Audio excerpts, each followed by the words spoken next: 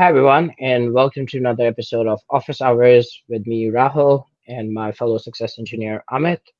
Today is 3rd of May, 2022, and welcome to another episode. So, like our basic spiel, if you have questions, please ask them in the Ask for Questions section, and we'll love to answer those. In case of absence of questions, what we will do is we'll look at our community and see if there's any unanswered posts or questions there, and we'll try to answer those. And if we run out of those options, we have something to demo the new features that we have released so far. We'll try to demo those for you guys. Uh, so feel free to ask questions. Do we have anyone? Uh, No one is live yet. There's one registered user. Let's see if he shows up. all right, let's wait a couple of minutes and see if we can chit chat, and then we can. I'll share my screen and we'll go to the community sections to check out all the posts. Yeah.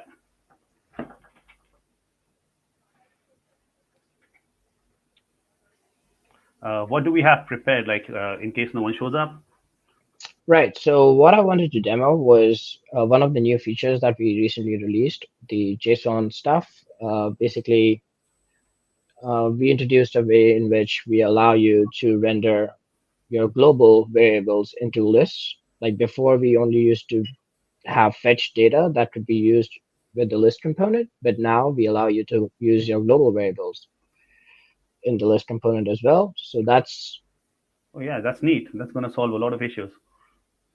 yeah. So we have a lot of use cases for that, and if you guys have any use case that you think would be a good way to solve it, we are open to suggestions as well. So what I'll do now is I'll share my screen and we'll go about and see what's going on in the community. Great. Okay, so we have Ray here now. Hey Ray, Hey, um, Ray. let us know if you have any questions. Please use the Ask a Question section so we can answer those for you.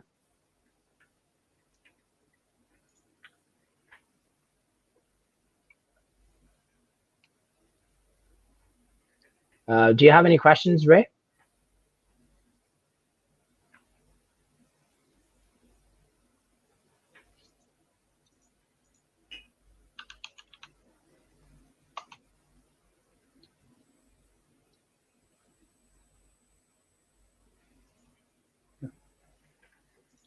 Okay, so what I'll do is I'll go ahead and share my screen. Not at present.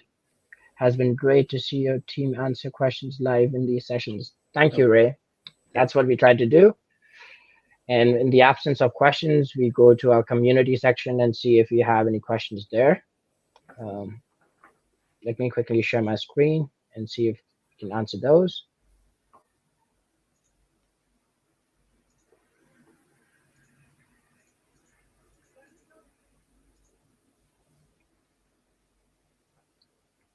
Is my screen visible? Yes, it is. Perfect. So it looks like we got most of the questions answered. Um I believe, Amit, you've been answering, can I wrap a custom component with a touchable? Oh, yes. I think it's Okay, mostly done. cool. And then we have this Uh, question. Ray saying that, yeah, the aspect ratio is a bit tiny. So Oh, okay, let me try and zoom in because that's you got a uh, widescreen monitor, right? So maybe that's causing an issue. Yeah. yeah.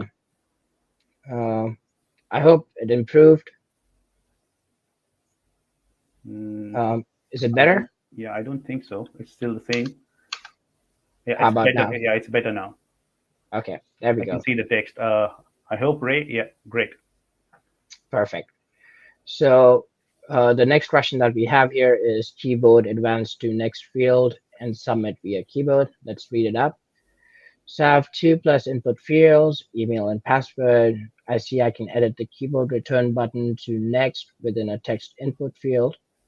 Is there a way within Draftbit to allow the user to tap next and auto advance to the next text input field? Similarly, can you bind such action as submit and go to submit to a Go keyboard? That's a good question. I haven't tried it myself. Hmm. Um, do you have any suggestions of this one, Amit? Even I've not tried this. Okay, so what we'll kind of do is like since we both haven't given it a try, we will try to do the content that we have prepared for today.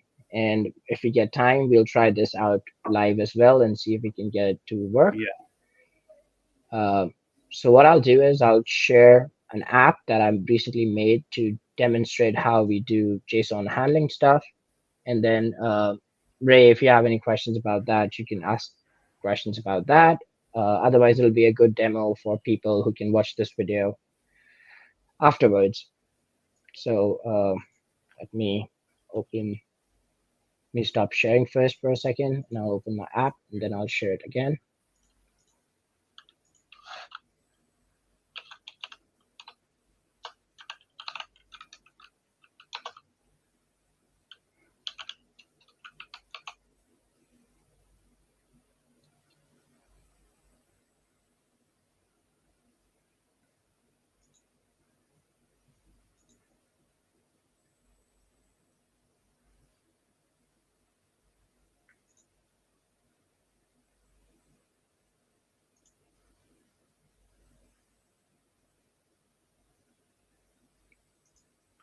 Ray has a recommendation for us to work in a screen ratio of 4:3. That's going to be better. Okay, let me try if I can move it to my other monitor. Uh, does this help? Like when I'll share my screen and we can see, because I think half of my view got like cut off there, but I think this monitor has a better aspect ratio. So let me share my app. Is this better? Can you This one is better Ray? than the last one. Yeah. Okay. So basically, what I wanted to show you guys in this app is we launched a new feature basically in which we allow you to input JSON directly into a list component. And some of the use cases that I found were pretty useful was one would be, you um, fetch your data from your backend, and then rather than using that fetch, you can store that data into your global variable and use that global variable to display a list. The benefit of that would be like sometimes if you don't have internet connection in your on your phone and you're using your app, if you're using the direct fetch way, your app will basically tell you that hey, we couldn't fetch anything. It will throw an error that there's no data visible. But if you use this JSON handling way, then your app will show you the data that it last fetched. So on that logic, I kind of made this app. First, I'll show you what the app does, and then we'll play around with the JSON handling, excuse me, with the JSON data and see what else we can do and how easy it is to actually implement that in your app. Hmm. So right now, basically, there's no way of me going offline in the builder. You can only do that in your published apps. So um, let me see if how I can demonstrate that. So right now, I have this a list screen, which basically fetches data from our example data backend. Um, I'm only sharing a tab, otherwise I would have shown you our example data site. Um, so basically, we have this list component, and then we have a fetch here. What that fetch does is it basically gets our articles. Let me show you how I've set this up. So this is our list of articles.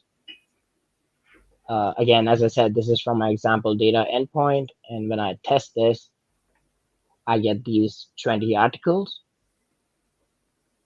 And in my fetch component, what I basically do is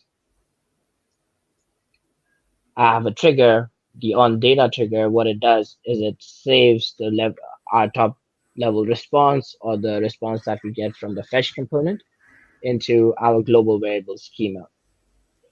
And schema right here is, if you can see, this is my global variable schema, which basically I'll tell you why I have this here, because we kind of need to uh, have a schema of what you're trying to display with your list components. So we give you those drop down options, and I'll show you that with when I do a live build of this. Hmm. So Um, basically, this is going to display us an option, right, in the drop down for everything that we can map to our elements.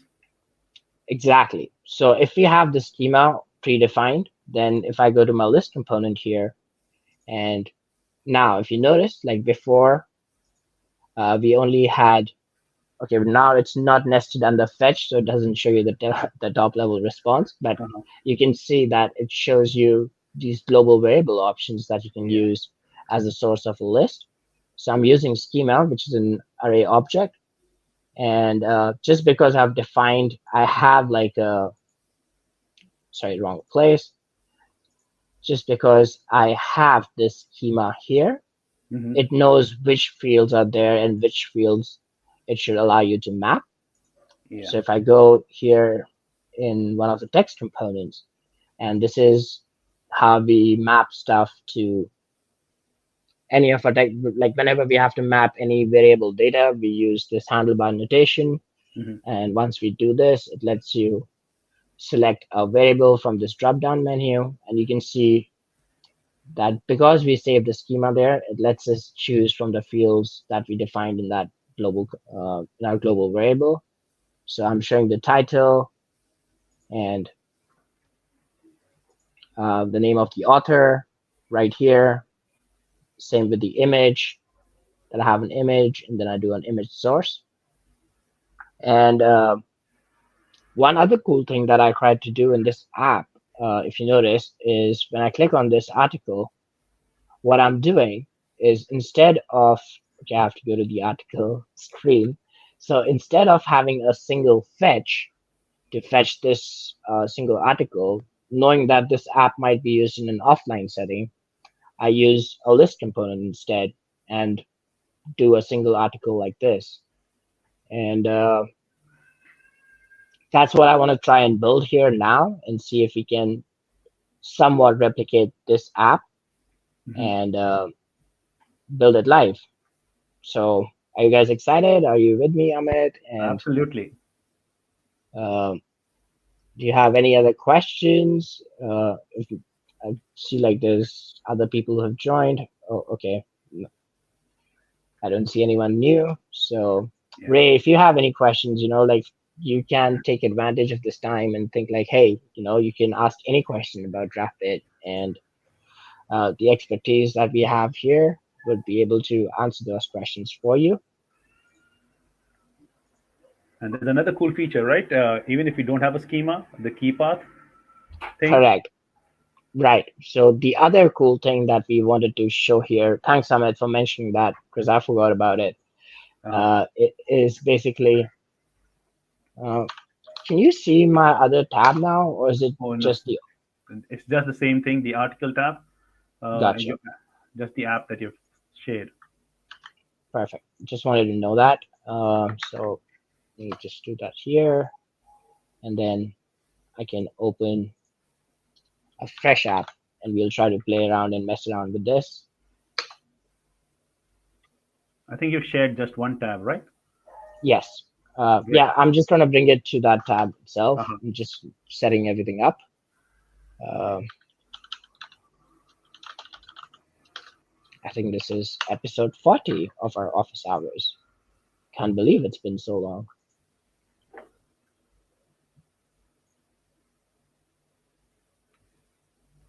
Just a moment. And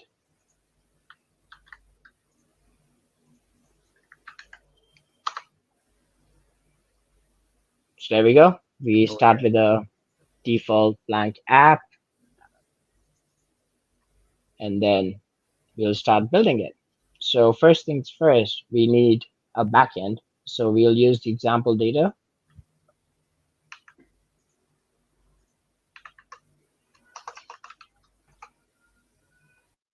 and then we can use the activist. I know it's not visible to you guys, so I'm sorry. I'm only showing you a tab. I think I should probably share my entire window.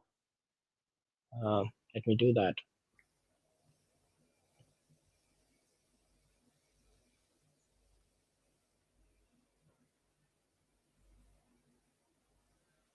Mhm.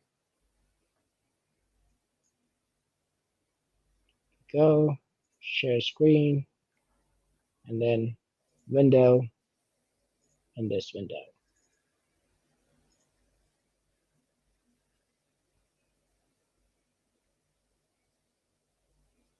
Okay, hopefully my entire window is visible now. Yes, it is. So I'm using our example data endpoint. I'll show this website again. So this is Draftbit example data. We provide you a basic REST API that you can use in your applications in case you don't have a backend yet. So I'll go here. I'll set up my API and call it um, articles, or actually it's activists, but articles. I can do that. And I'll save this service.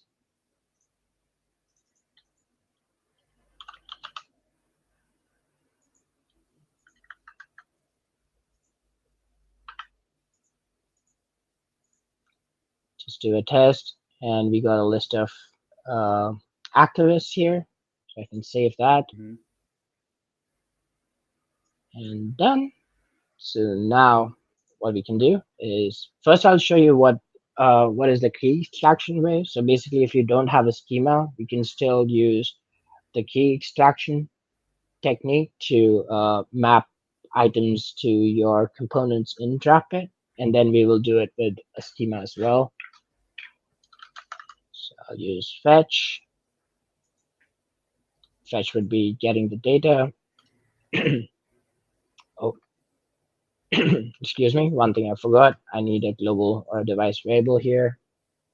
I can call that data, and by default it'll be an empty array. And then what my fetch will do is fetch that list of articles, and we have that here. And then we will use the on data trigger to set our global variable. So we'll set variable, gives us the data variable, and then I want to set it with my top level response. Got this done. And now what I can do is instead of having the list nested under the fetch, I can use the list by itself. And just for convenience sake, I will do an image and a text, so the name of the activist and a picture. So I'll add a view. In this view, I want to add an image and then text. And this list wants to know what it wants to display, so we'll give it data, and then the image would be this, and just an image share. Now, if you notice, just because we don't have a schema, it only shows you a list item. Item. So we can do that too. So with the list item now, uh, if I use that list item, I can use the transform with to extract a key from it. How do I do that? Is basically I'll take this image URL and tell it to extract this. Oops. And we get a prompt underneath that says extracting key, right? exactly. So if you do a .img URL, and it will say, let me try that again. So if I do .img, so you can see the prompt. It says which key you want to extract. So we're going to extract img URL. Hopefully it was this. Yeah, this is so cool. This wasn't possible earlier, right?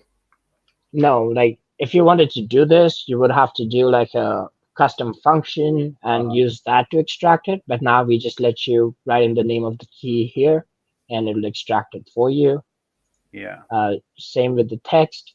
I can map it to the name of the person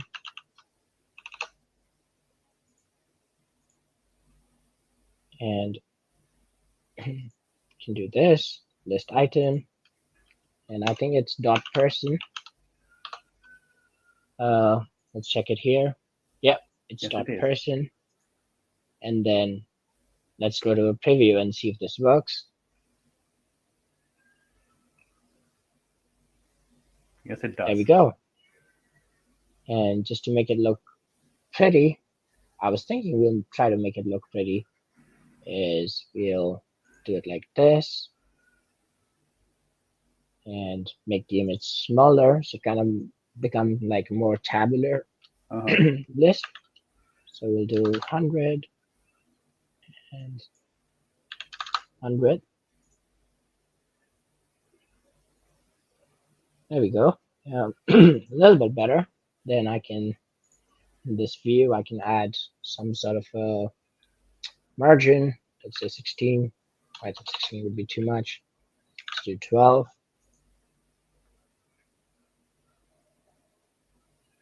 Go. And then also one more thing I want to do is make it center. So this name kind of comes. Oh, this is the wrong center. So go back, I would say, and make this center. So the name will now come in the middle like Yes. that. And so this is how we did this without having a schema. So the only difference here was that uh, when we wanted to map things to our components, we had to use the transform with to extract the key. So even if a user, suppose he forgets to have the exact schema that he requires, still they can access it, right? Using this extract key path. Exactly.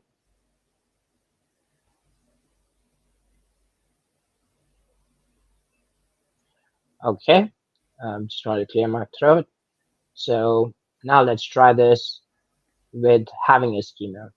And for that, what we will want to do is take one of these values, and Chrome does a bad job at it. Let me do something in Firefox really quickly. And Chrome will have to keep on editing it, right? Yeah, so basically, if you open the same thing in Firefox, it gives you an option of raw data. So Yeah. basically, I want to copy the raw data, and there we have it. I have a copy, so I'll go here, and then in device variables, I will make another variable, schema, or you can name it anything, and then post this here. Oh, and okay, it picked it up as an array, and then I can Yeah. add it. So now we have a schema. I'll show you what difference that makes. Let's make it So on a. Should we duplicate the screen and make it on a new one? So we'll have two examples, two screens sure, having. Yeah. that's a good idea. So let me duplicate this, and then on the blank copy screen, we can play around. Um, so now in the list, sorry about that. So now in the list, basically everything else remains the same. We do the fetch, we get the list, we save it to our global variable. We'll need to change Uh, that, right? Yeah. The mapping. yes. So we want to change it now. Instead of saving it to data, I want to save it to schema. So once we have this, like once you save the schema once, we already, go in and get it. Uh, Let me do something. Not sure if everyone is aware of it. Is I can probably, okay, I don't probably need to do that. What I was thinking of doing was I can save this as a custom block and then reuse it, but it's just the same Yeah. here. So instead of data, I want to use schema for this. And you see that because schema has only one variable or one record, it Yeah. shows that just the first record here. And if I go to my text and let's see, so there we go. So instead of just showing a list item, it shows you the schema of whatever you have saved in the global variable. So we have all these real values, which you can see are already kind of saved here, Hmm. which is pretty handy when you're using, like, it's just easier to, map things if you have a list here. Yeah, it is. Uh, but exactly, like, both things do work. So I don't need to do this. I can, instead of this, I would select the person from here and then the image from here, and that's it. So if I now refresh it or go back here and come here, it only shows me the one item. Maybe the fetch on data didn't uh, change the Yeah, variable. let's see. Oh, It's yes. still to Thank you. data. Yeah. So we can use schema and then top level response. There we have it. There you go. So that's like one of the use cases of um, the JSON handling feature that we just released. And I think you would have to believe me here because I can show you that, what happens if you go offline. Can we But try to do that, Rahul? Uh, if we go to the developer tools, there's a way to throttle the data, right? Maybe we can oh, use let, that. let's see. And yeah, So if I go to inspect and then where do you want me to go? uh, there in the network we can actually do it, right? We can throttle the data. I think we can even go in offline mode. Oh, let's see if I can do that. Uh, Preserve no throttling. Okay, yeah, offline. I Okay, think I that just should simulate us being offline. cool. So we are offline now, or I'm pretending to. I mean, I hope we are offline. So right. So you can see, like, the fetch call is not being made. You can see the spinning circle. I'm getting here that, hey, you're offline. You're not able to get anything. So if I go to here, it should still show me these screens. Uh, I think the one thing which probably is happening. Oh, let me. Oh, see, the problem here now is, Amit, is like a builder is offline too. Oh yeah, that is true. So, like, in your app, this would work perfectly fine. But right now, it'll probably not do anything because we are offline. So let me disable that.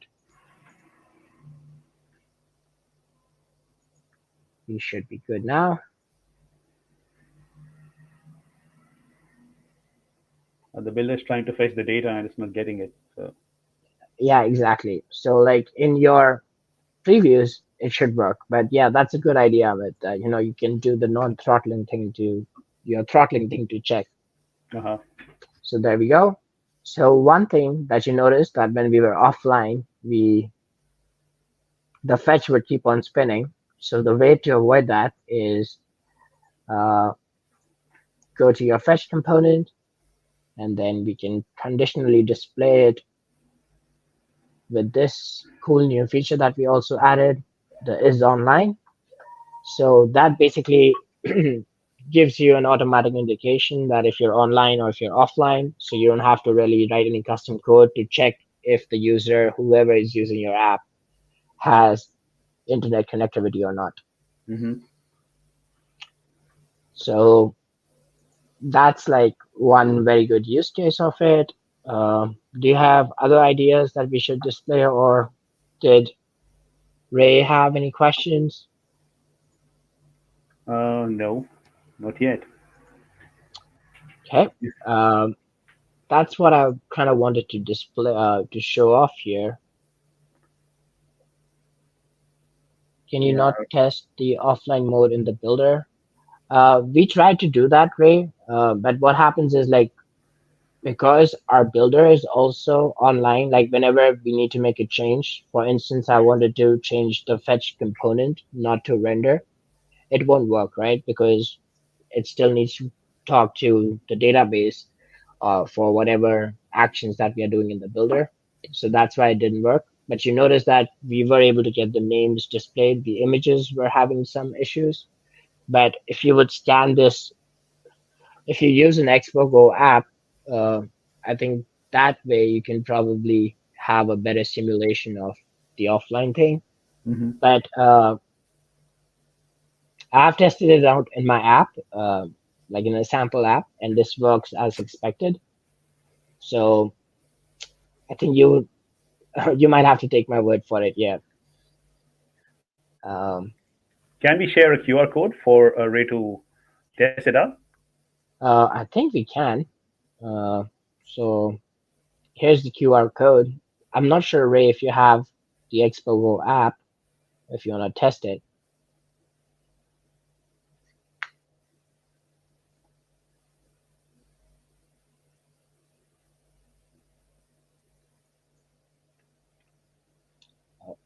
Yeah, it works on the iPhone too. So basically, all you need to do is open your camera, and you should have the Expo Go app installed though, Mm-hmm.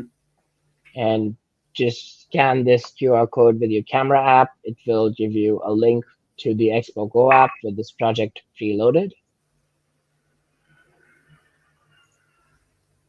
Uh, have we set this up to load offline?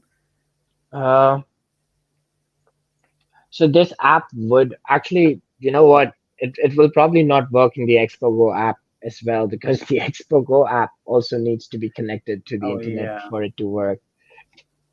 we need the installed app, right? Yes, so I tried it in a app on test flight, and oh, it worked great because yes, you're still connected to the internet, right? So if you go offline, your Expo Go app might also cause issues. Um, any other questions, Ray, that you have? Because I feel like I have kind of exhausted the other examples that I have uh, for today. Unless you have an idea, Amit. Uh, Funny, I can't think of any right now. My first time being on screen. Oh, I think it's your second time, isn't it? You have been in office Oh hours yeah, I made a before, special appearance before. Yes. right? And so this time you were like a co-host. Uh, yeah. So we basically use Crowdcast because it's, uh, um, I mean, like it's cheaper than Zoom, to be honest with you. Because again, like we were using Zoom before, then we moved to Crowdcast, and now we are kind of planning to move to Circle so we can have that live. I don't know if you have seen this before, but we have tried this out a couple of times. It's still a work in progress. Uh-huh. So, The go live okay, button, right? That we have on community page.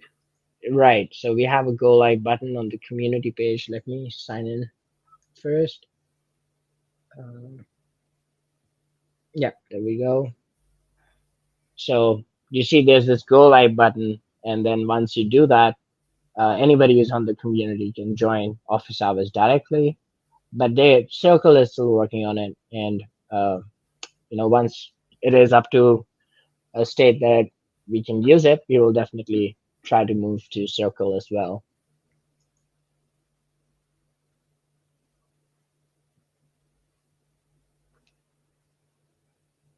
All right. So, in the absence of any questions, um, I think this is a good time to end it today. Uh-huh. Hopefully, it was a good demo and people would use this video to like understand JSON handling. And anything you like to add, Amit? Well, I'm really excited to see where our users take this. Like our users have always added value to what we build, and they Mhm. take it to the next level always, and they bring us new challenges, new ways to improve our product. So I'm really excited to like see what these guys are going to do with it. Same here. Um, yeah. So hopefully you guys had fun. We missed Dave, but he was busy with some personal commitments. Have a great day. Thank you for Yeah. joining us. All right. Bye, guys.